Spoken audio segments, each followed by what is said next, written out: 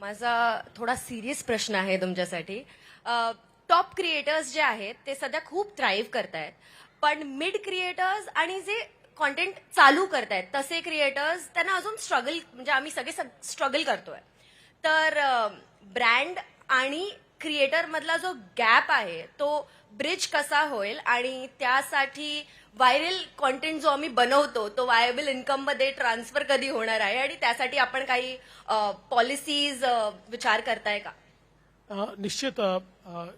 In fact नुकतंच माझी एक मीटिंग यूट्यूबचे सीईओ नील मोहन यांच्याशी झाली आणि त्या मीटिंगमध्येही आम्ही हाच विचार केला की आपल्याला क्रिएटर्स आणि ब्रँड्स कसे जवळ आणता येतील, क्रिएटर्स करता अधिक चांगली इकोसिस्टम कशी तयार करता येईल आणि ही जी जर्नी आहे फ्रॉम व्ह्यूज टू व्हॅल्यू, ही जर्नी आपल्याला कशी चार्ट आउट करता येईल.